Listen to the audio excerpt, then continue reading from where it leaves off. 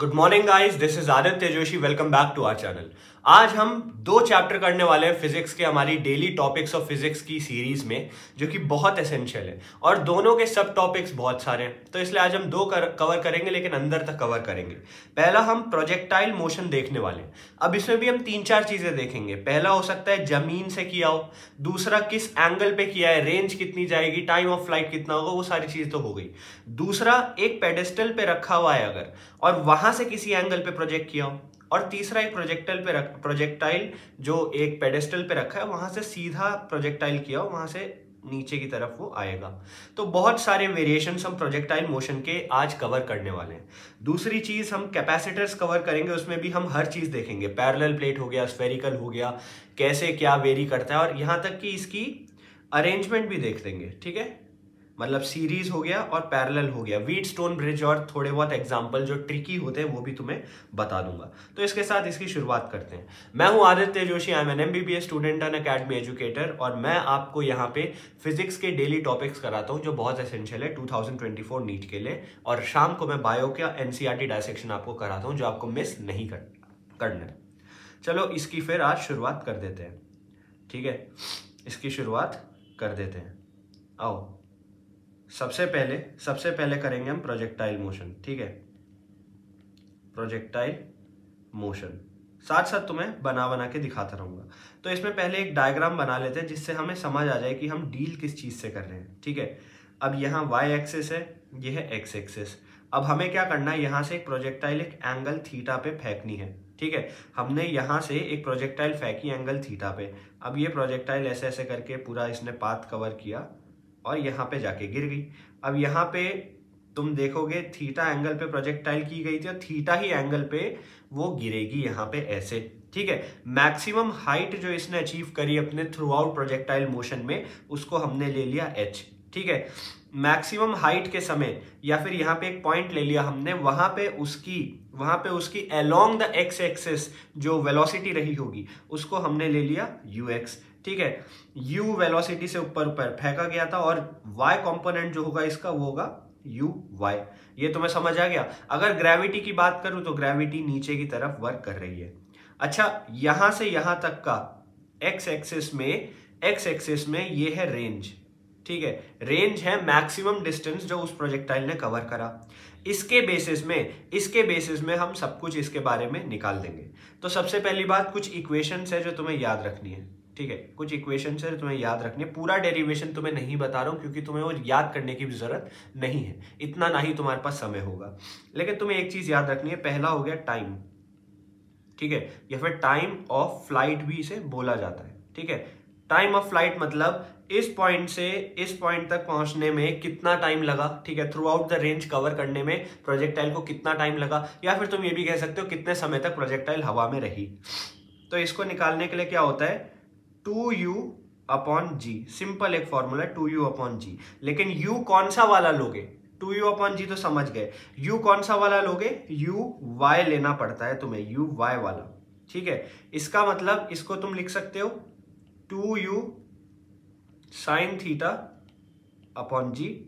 Right, इसको अगर तुम रिजॉल्व करोगे, u को रिजॉल्व करोगे तो u sin θ लिख सकते हो। तो टाइम ऑफ फ्लाइट आ गया तुम्हारा 2u sin θ/g। समझ गए। और आगे चलो, अब हम बात करेंगे हाइट की। ठीक है, हाइट, मैक्सिमम हाइट जो इसने अटेन की, इसको निकालने का सिंपल फॉर्मूला है u²/2g। अगेन u कौन सा वाला यूज होगा, y कंपोनेंट यूज होगा। तो इसको हम लिख सकते हैं u² sin² θ/2g। Right, u² sin² θ/2g। अच्छा, ये कैसे याद रखोगे, इन दो फॉर्मूलों में ना बच्चे बहुत कंफ्यूज होते हैं। ठीक है, तो तुम्हें याद रखना है, हाइट वाले में 2 नीचे है। ठीक है, एंड टाइम वाले में 2 ऊपर है, ऐसे याद रखो। तो टाइम ऑफ फ्लाइट क्या है, 2u sin θ/g।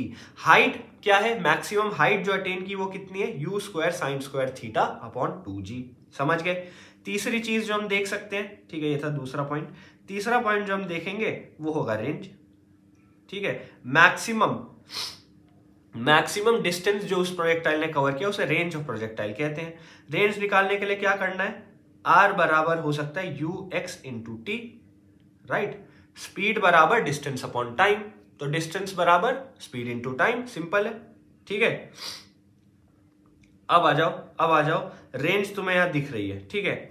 You x क्यों लेना है, क्योंकि एक्स कंपोनेंट जो था यू का वो यू एक्स हम लेके चल रहे थे, राइट।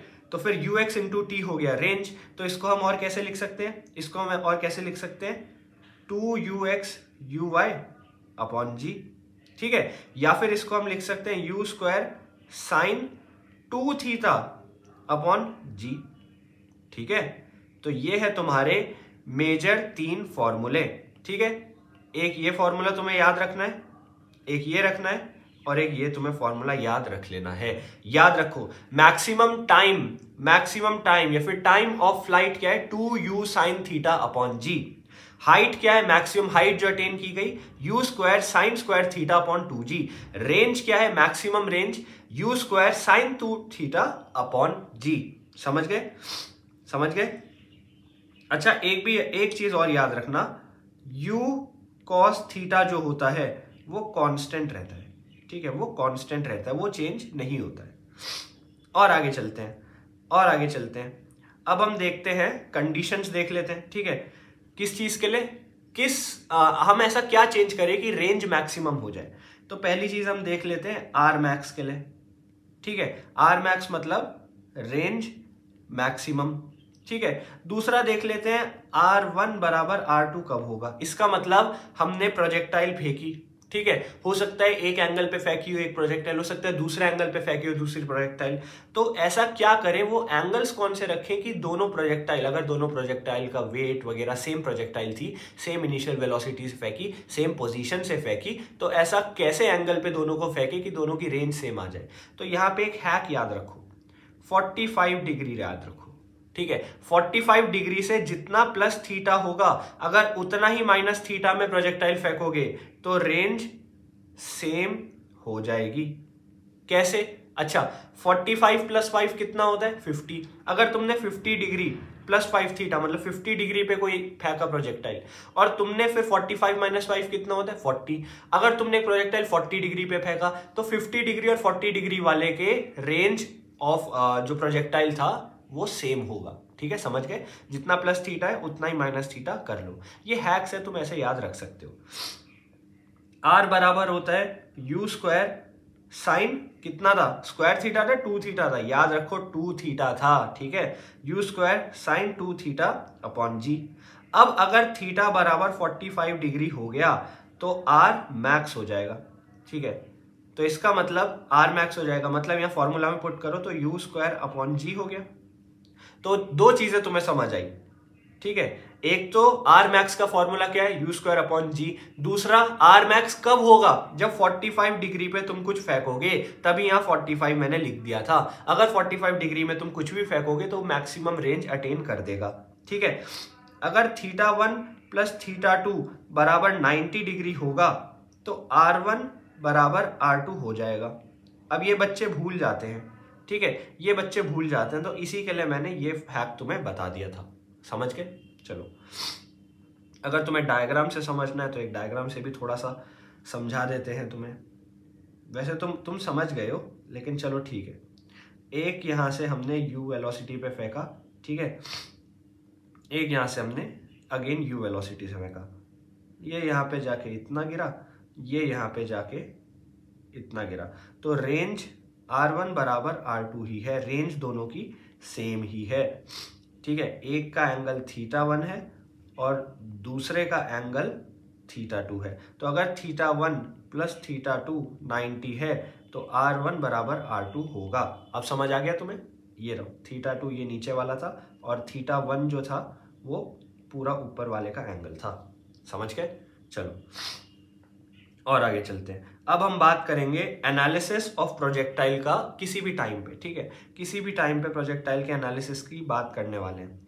यहाँ पे थोड़ा सा ट्रिकी हो जाता है मामला, तो चलो तुम्हें पहले मैं इक्वेशन लिखवा देता हूँ, फिर उसको हम आगे देखेंगे डायग्राम से, ठीक है। एक चीज याद रखो, v बराबर under root v x square plus v y square, ये चीज याद रखो। ये चीज तो तुम्हें वैसे भी आती है, वेक्टर्स को रिजॉल्व कैसे करते हैं, ठीक है। अब यहाँ पे क्या होता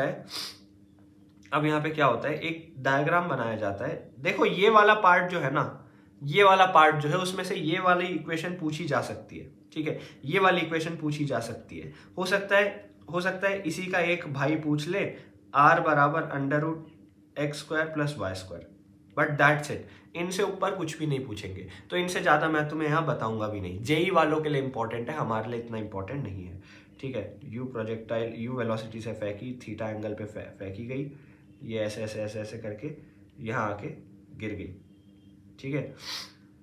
अब कोई भी पॉइंट ले लिया, सपोज यहाँ पे हमने ये पॉइंट ले लिया। अब यहाँ पे क्या होगा, इस पॉइंट पे ऊपर Vy होगा, यहाँ पे Vx होगा, और ये थीटा बन रहा है, एक एंगल बन रहा है, राइट। इस एंगल को कहेंगे अल्फा, इस एंगल को हम अल्फा कह देंगे। इस एंगल के अलोंग यहाँ पे v वेलोसिटी होगी, ठीक है, टेंजेंशनली होगी, जो इसके पाथवे में, समझ आ रहा है ना। ये है y, ये है x, बस इसके बेसिस में। अच्छा यहाँ पे क्या था, यहाँ पे ux था, यहाँ पे क्या था, यहाँ पे uy था। अब तुम्हें समझ आ गया कि v मतलब, अब तुम्हें समझ आ गया v मतलब जो मैं बता रहा हूं वो टेंजेंशनल वेलोसिटी किसी भी पॉइंट ऑफ टाइम में प्रोजेक्टाइल के कैसे निकालनी है। तो vx पता होना चाहिए, vy पता होना चाहिए, जो तुम्हें बता रखा होगा तो तुम उससे निकाल सकते हो, ठीक है। काफी सिंपल। अब आ जाते हैं इक्वेशन ऑफ ट्रेजेक्टरी में। इक्वेशन ऑफ ट्रेजेक्टरी की बात करते हैं। तो इक्वेशन ऑफ ट्रेजेक्टरी भी बहुत सिंपल सी चीज है। y बराबर x tan थीटा, ठीक है, y बराबर x tan theta minus gx² upon 2u² cos² theta. ये चीज तुम्हें रटना है, ठीक है। अच्छा ये चीज ना बहुत बार PYQ में पूछी भी गई है। हो सकता है तुम्हें एज इट इज पूछ ले, इक्वेशन ऑफ ट्रेजेक्टरी बताओ कौन सी है, तो कहीं प्लस कर दिया, कहीं माइनस कर दिया, कहीं स्क्वायर नहीं किया। तो ये चीज तुम्हें याद रखनी है, ठीक है, ये चीज तुम्हें याद रखनी है। ये कैसे निकाला गया, x बराबर u cos theta into T होता है, ठीक है, x बराबर u cos theta into T होता है, और y बराबर होता है u sin theta t minus half GT²। इन दो इक्वेशन से ये निकाला गया था, ठीक है, y इन दो इक्वेशन को मिला के निकाली गई थी। चलो तुम्हें ये समझ आ गया, और आगे चलते हैं। अब आ जाते हैं स्पेशल केसेस में, ठीक है। अब हमारे स्पेशल केसेस में, तो पहला, अब आते हैं स्पेशल केसेस में। तो पहला स्पेशल केस जो हम देखने वाले हैं वो ये है। ये है एक पेडेस्टल, या फिर हो सकता है तुम्हें बोले एक बिल्डिंग या फिर पहाड़, कुछ भी है, उसकी हाइट है h, ठीक है, उसकी हाइट है h। यहाँ पे नीचे जमीन है। अब यहां से कुछ फेंका गया एक एंगल पे, ठीक है, यहां से कुछ फेंका गया एक एंगल पे, ये एंगल मान लेता हूं मैं है थीटा, ठीक है। उसके बाद यहाँ u वेलोसिटी से फेंका गया था, u cos थीटा नीचे हो गया, ऊपर क्या हो गया, u sin थीटा, समझ गए। यहां से ऐसे ऐसे करते करते यहां आके गिर गया। तो ये क्या है, ये है इसकी रेंज, ठीक है। तुम्हें समझ आ गया ना, एक पेडेस्टल के ऊपर से फेंका गया है, थीटा एंगल पे फेंका गया, यू वेलोसिटी के साथ फेंका गया है। पेडेस्टल की हाइट तुम्हें पता है, रेंज हो सकता है निकालने को बोले, आ सकते हैं हाइट निकालने को बोले, कुछ भी निकालने को बोल सकते हैं। हो सकता है टाइम निकालने को बोले कि टाइम ऑफ फ्लाइट क्या है, ठीक है। तो तुम क्या करोगे, अगर तुम्हें रेंज निकालने को बोल रहा है कोई, तो बहुत सिंपल है, फिर तो तुम जीत गए भाई। अगर रेंज निकालने को किसी ने बोली तो u cos theta into T कर देना है, दैट्स इट। रेंज बराबर u cos theta into T. Range बराबर क्या है, u cos theta into T, that's it. बहुत सिंपल। रेंज निकालने का बहुत सिंपल तरीका है, u cos theta into T. Range ऐसे निकल जाएगी, तुम बस हो गया सवाल, खत्म ही है सवाल, ठीक है, खत्म ही है सवाल। चलो समझ गए। अब इसमें हाइट भी पूछ सकते हैं, लेकिन यार वो थोड़ा सा कॉम्प्लेक्स हो जाता है, ठीक है, थोड़ा सा कॉम्प्लेक्स हो जाता है। तो उसके लिए u sin थीटा, ठीक है, u sin theta into T करना पड़ता है, minus half G T square निकालना पड़ता है, तो यहाँ से टी निकाल सकते हो तुम, ठीक है। टाइम यहाँ से निकल सकता है। और अगर हाइट की बात करें तो एक बार तुम्हें टाइम पता चल गया, एक बार तुम्हें रेंज पता चल गई, तो टाइम भी तुम निकाल सकते हो। वैसे आई डोंट थिंक कि कोई हाइट निकालने के लिए पूछेगा। दूसरी चीज जो है, दूसरा हम उसमें आ जाते हैं, दूसरे केस में हम आ जाते हैं। यहां पे क्या है, अगेन एक पेडेस्टल है, ठीक है, अगेन एक पेडेस्टल है, इसकी हाइट है h। यहां से अब एक प्रोजेक्टाइल को फेंका गया, लेकिन एंगल में नहीं फेंका, इसको सीधा धकेला गया था u वेलोसिटी से, तो ये ऐसे जाके यहां पे गिर गया, ठीक है। तो ये क्या है, ये है रेंज, ठीक है। टाइम बराबर 0 पे वो रुका हुआ था और ऐसे जाके यहाँ पे फेंक दिया। कहीं पे भी अगर तुम ले लोगे तो ये हो गया u, ये हो गया vy, और यहाँ टेंजेंशियली हो गया v, ये हो गया एंगल अल्फा, ठीक है। टाइम बराबर t की बात हो रही है, यहाँ पे ऐसा हो गया। समझ गए। ux जो है u के बराबर ही रहेगा, क्योंकि वहां पे कुछ भी चेंज नहीं आ रहा है। g जो है वो नीचे की तरफ है। तुम समझ गए। अब तुम्हें जो चीजें निकालने को बोलेंगे, हो सकता है बोले टाइम, ठीक है, या फिर टाइम ऑफ फ्लाइट हो सकता है निकालने को बोले। टाइम ऑफ फ्लाइट कोई भी बोलता है तो √2h/g से निकाल देने का। टाइम ऑफ फ्लाइट निकालने का है √2h/g, दैट्स इट। अगर कोई रेंज निकालने को बोल रहा है, तो r बराबर u इंटू टी, ठीक है। इसका मतलब u √2h/g, simple formula u √2h/g, क्योंकि t से यहाँ सब्सटीट्यूट हमने कर दिया। तीसरी चीज, vy निकालने को बोले तो vy बराबर gt, याद रखना, ठीक है।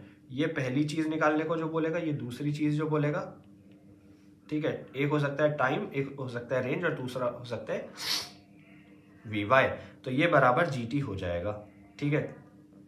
अच्छा, v बराबर √u² प्लस vy² भी होता है, पर ये चीज तुम्हें ऊपर मैंने बता दी थी। अल्फा बराबर क्या हो सकता है, tan इनवर्स vy/u, ये भी तुम्हें याद रखना है। अल्फा क्या था, अल्फा ये था। अच्छा, ये चीज ना मैंने रटी हुई है, दैट्स इट। मैं ऑनेस्टली तुम्हें बता रहा हूं, मैं वहां निकालने नहीं बैठता था, मैंने पेपर पेंसिल लिया था, घिस दिया। तुम्हें भी रटना है, ठीक है यार। कुछ चीजें हैं फिजिक्स की जो तुम्हें रटनी ही पड़ेंगी, तुम्हारे पास इतना टाइम ही नहीं होगा कि तुम वहां निकाल सको। तो मैं तो यही चाहूंगा ऑनेस्टली, अगर तुम मुझसे पूछो क्या करना है भैया, तो मैं तुम्हें अभी समझा तो देता हूं, लेकिन तुम इसे रट लो यार, बिना रटे नहीं हो पाएगा, ठीक है।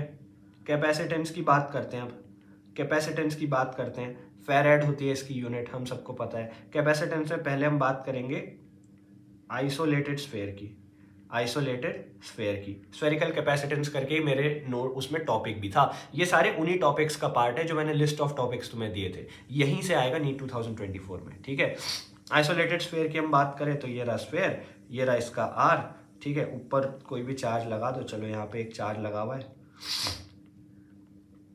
Q पॉजिटिव चार्ज मान लिया, ठीक है। अब कैपेसिटेंस की बात किया जाए तो Q/V होता है, मतलब Q/V को लिख सकते हैं KQ/R, ठीक है। तो कैपेसिटेंस हो गया 4πε0r, कैपेसिटेंस हो गया 4πε0r। सिंपल है। अब अगर दो कंडक्टर है तो अलग चीज हो जाएगी, ठीक है। अगर दूसरा जो था हमारा केस, वो था टू कंडक्टर्स जुड़े हुए हो, तो हो सकता है ये जुड़े हों स्फेरिकल तरीके से, ठीक है। दो स्फेरिकल कंडक्टर कैसे, एक अंदर और एक बाहर, ठीक है। ये है R1 और बाहर वाला है R2, ठीक है। अंदर हो सकता है Q चार्ज हो सरफेस पे, बाहर हो सकता है -Q चार्ज हो। तो इसकी कैपेसिटेंस सिंपल होती है 4πε0r1r2 upon R2 minus R1। Simple है, ये मैंने रटी हुई है, ऑनेस्टली स्पीकिंग ये मैंने रटा हुआ है। तुम्हें भी ये रटना है, क्योंकि तुम्हारे पास इतना टाइम नहीं होगा नीट में कि तुम निकालने बैठो। अब 200 क्वेश्चन हो गए नीट में, समझ रहे हो, तो पर क्वेश्चन तुम्हारा टाइम कम होता जा रहा है, तुम्हारे पास इतना टाइम नहीं होगा। चलो, दूसरा हो सकता है सिलेंड्रिकल में क्या है, एक अंदर है, ठीक है, और एक बाहर है, समझ गए। ये हो सकता है R1, ये हो सकता है R2, और अंदर हो सकता है प्लस क्यू, बाहर हो सकता है माइनस क्यू। ये हो सकती है लेंथ L। अब इसका निकालने के लिए क्या है, इसका निकालने के लिए सिलिंड्रिकल C बराबर 2 pi epsilon not L upon ln R2 upon R1। ठीक है, 2 pi epsilon not L upon ln R2 upon R1। ये चीज मैंने रटी हुई है, तो बहुत अच्छा रहेगा कि तुम लोग भी ये चीज याद कर लो, ये चीज याद कर लो। ठीक है, और आगे चलते हैं, और आगे चलते हैं। अब हम आ जाते हैं पैरेलल प्लेट कैपेसिटेंस में, पैरेलल प्लेट वाले में आ जाते हैं। पैरेलल प्लेट की अगर मैं बात करूं, पैरेलल प्लेट की मैं बात करूं तो यहाँ पे भाई 2 प्लेट्स होती है, ये चीज़ तुम्हें पता है। मैं बिल्कुल तुम्हें बेसिक तो बता नहीं रहा हूँ, ये चीज़ तुम्हें पता है। ठीक है, 2 प्लेट्स होती हैं, ये चीज़ तुम्हें अच्छे से आती है। हम सीधा फॉर्मूला पे जंप मार सकते हैं। इसका एरिया A हो जाता है प्लेट का। ठीक है, डिस्टेंस ऑफ सेपरेशन D है, एक में प्लस क्यू चार्ज है, एक में माइनस क्यू चार्ज है, और यहाँ इलेक्ट्रिक फील्ड E जनरेट हो गई है। ठीक है, इसको तुम ऐसे भी बना सकते थे, यहाँ प्लस क्यू है, यहाँ माइनस क्यू है, ये इलेक्ट्रिक फील्ड जनरेट हो गई है, ये डी सेपरेशन है और इसको यहाँ जोड़ दिया गया है। ठीक है, अब इसके लिए क्या होगा, C बराबर होगा Q अपॉन V, मतलब Q अपॉन ई डी। ठीक है, तो E को हम और क्या लिख सकते हैं, E को लिख सकते हैं सिग्मा अपॉन एप्सिलॉन नॉट। तो इसका मतलब C बराबर हो गया epsilon not A upon D. Capacitance क्या हो गया, epsilon not A upon D. ये चीज याद रखो, पैरेलल प्लेट की epsilon not A upon D. ठीक है, ठीक है, समझ आ रहा है ना तुम्हें, समझ तो आ रहा है ना, साथ साथ समझते रहो। अच्छा, कुछ फॉर्मूले याद रखो। Q बराबर होता है CV। ठीक है, Q बराबर होता है CV। अगर कोई वर्क डन या ऐसा कुछ पूछ ले तो CV² याद रख सकते हो, एनर्जी स्टोर्ड, वर्क डन, वो सब। U बराबर होता है हाफ CV², तो वर्क डन बराबर CV²। ठीक है, और एनर्जी स्टोर्ड बराबर हाफ CV² होता है। अगर कोई हीट डिसिपेटेड पूछ ले, अगर कोई हीट डिसिपेटेड पूछ ले तो हीट डिसिपेटेड में तुम लिख सकते हो वर्क माइनस डेल्टा यू, तो ये हो जाता है हाफ CV² के बराबर। तो इसका मतलब टोटल वर्क डन जो है CV² है। अब इसमें से एक हो जाता है स्टोर्ड एनर्जी, ठीक है, और एक हो जाता है स्टोर्ड एनर्जी, और एक होता है डिसिपेटेड एनर्जी। ठीक है, दोनों ही हाफ CV² के बराबर होते हैं, तभी ये CV² बन जाता है। समझ के और आगे चलते हैं। अब फोर्स अगर आ गया, फोर्स बिटवीन प्लेट्स, बहुत सारे लोग ये भी पूछ लेते हैं, फोर्स बिटवीन प्लेट्स पूछ लेते हैं। सिंपल सा इसका एक फॉर्मूला है, Q² upon 2A epsilon not, Q² upon 2A epsilon not. Force between plates का एक सिंपल फॉर्मूला है Q² upon 2A epsilon not, Q² upon 2A epsilon not. ठीक है, अब आ जाते हैं कॉम्बिनेशन में, कॉम्बिनेशन ऑफ कैपेसिटर्स।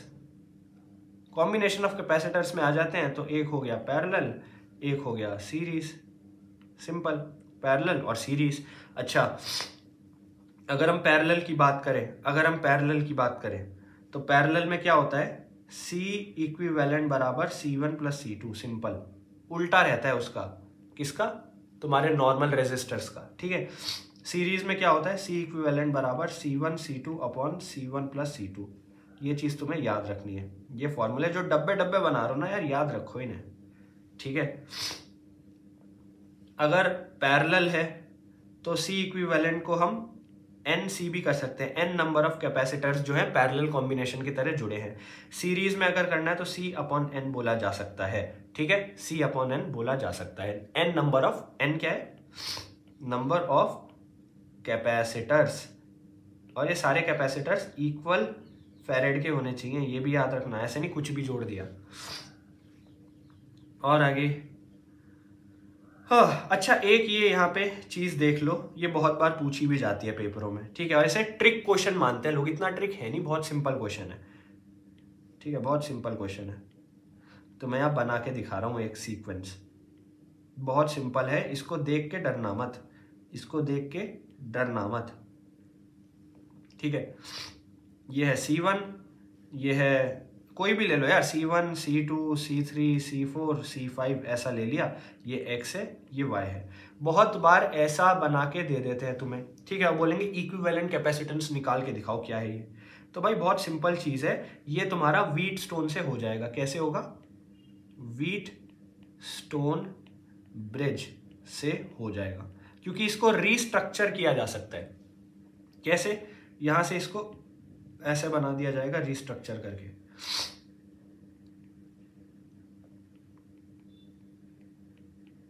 ठीक है, ठीक है। अब इसको रीस्ट्रक्चर करके ऐसे बनाएगा ना, यहां से यहां भी जा रहा है और यहां भी जा रहा है। तो ये क्या था? C1, ये क्या था? C1, और ये क्या है? ये क्या है? अरे इसको यार बहुत कॉम्प्लेक्स वो कर दिया, रुको इसकी नंबरिंग ठीक कर देते हैं। इसको कर देते हैं C3, इसको कर देते हैं C5, C1, C2, C1, C2, C3, C4, C5। ठीक है, यहां भी जा रहा है, देखो यहां से करंट यहां भी जा रहा है और यहां भी जा रहा है। इसका मतलब C1 के पास भी जा रहा है और C3 के पास भी पहुंच रहा है। ठीक है, तो ये हो गया C1, ये हो गया C3। अब दोनों से यहां आके करंट मिलेगा। ठीक है, यहां से दोबारा डायसेक्ट हो जाएगा वो। तो करंट को फॉलो करते करते तुम इसको सिंपली ऐसे बना सकते हो, समझ गए? ऐसे बना सकते हो। और अगर अब व्हीटस्टोन ब्रिज अगर बैलेंस्ड आउट हो जाए तो बीच का कैंसिल हो जाता है, बीच का कैंसिल हो जाए तो इसको तुम सिंपली ऐसे बना सकते हो। अब भाई तुम्हारे पास दो ये हो गए सीरीज में, ठीक है, और ओवरऑल हो गया पैरेलल में। ये तुम बना दो, ये था C1, ये था C2, ये था C3, ये था C4। समझ गए? तो ऐसे करके तुम इस कॉम्प्लेक्स क्वेश्चन को सॉल्व कर सकते हो। बस यही था। अब तुम्हें कुछ क्वेश्चंस दे दूंगा मैं होमवर्क के लिए और उनका आंसर मैं टेलीग्राम पे डाल दूंगा। तो ये रहे कुछ क्वेश्चंस तुम्हारे लिए। Minimum number of capacitors each of 8 μF and 250 volt, जो कंपोजिट कैपेसिटर बनाना चाह रहे हैं 16 μF एंड 1000 वोल्ट का, तो कितने होने चाहिए? बेसिक क्वेश्चन है, तुम कर लोगे। कैपेसिटर C1 को चार्ज किया गया पोटेंशियल V तक, एक और पैरेलली एक और अनचार्ज कैपेसिटर से कनेक्ट किया गया जिसका C2 कैपेसिटेंस था, तो फाइनल पोटेंशियल डिफरेंस कितना रहेगा? ये भी सिंपल सा है, तुम कर लोगे। अगर तुम्हें नहीं आता है तो मैं टेलीग्राम में इनके आंसर्स दे दूंगा, ठीक है, इनका PDF भी वहां पे तुम्हें मिल जाएगा। एक हाइकर है जो एज ऑफ क्लिफ में स्टैंड करता है, हाइट तुम्हें दे रखा है, लो हाइट तुम्हें दे रखा है 490 मीटर, ठीक है। स्टोन को हॉरिजॉन्टली फेंक रहा है, स्पीड तुम्हें दे रखी है, टाइम टेकन बताना है। यार सिंपल फॉर्मूला था, मैंने तुम्हें अभी भी बताया था। नेक्स्ट क्वेश्चन, दो प्रोजेक्टाइल हैं जो सेम पॉइंट से फायर अप हो रही हैं सेम स्पीड से, और एंगल है 60 डिग्री और 30 डिग्री। याद आ रहा है 45 प्लस थीटा या 45 माइनस थीटा, याद आ रहा है कुछ? ठीक है, तो क्या ट्रू होगा तुम बताओ, सही में बता सकते हो। गैलीलियो लिखता है एंगल ऑफ प्रोजेक्शन दे रखा है 45 प्लस थीटा 45 माइनस थीटा। अच्छा, गैलीलियो ने बोला था, याद रखना। Horizontal ranges describe by projectile are in the ratio of, ratio कितना रहेगा? लास्ट क्वेश्चन, ये थोड़ा सा ट्रिकी है, इसको मैं चलो कह सकता हूँ थोड़ा सा हॉट्स वाला क्वेश्चन है, ये तुमने कर लिया तो मजा आ जाएगा। एरोप्लेन फ्लाई कर रहा है हॉरिजॉन्टली, स्पीड तुम्हें पता है एरोप्लेन की, एक बॉम्ब को रिलीज कर रहा है हाइट इतनी से, ठीक है, ग्राउंड में, ठीक है। अगर जी इतना है, will it strike the ground eight, ठीक है, ये बात याद रखना। एरोप्लेन जो है हॉरिजॉन्टली चल रहा है 360 किलोमीटर पर आवर की स्पीड से, उसने एक बॉम्ब रिलीज किया 490 मीटर का, 490 मीटर ऊपर उड़ रहा था, वहां से उसने एक बॉम्ब रिलीज किया, और उसकी देखो ये रहा एरोप्लेन, एरोप्लेन की स्पीड क्या थी? 360 किलोमीटर पर आवर।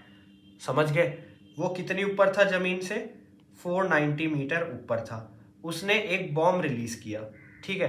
अगर G बराबर 9.8 मीटर पर सेकेंड है तो वो ग्राउंड को कहाँ स्ट्राइक करेगा, ये निकालना है तुम्हें। सिंपल सा है, कर लोगे, ठीक है। अगर तुम्हारा हो जाता है तो वेरी गुड, बाकी मिलते हैं शाम को बायो के लिए।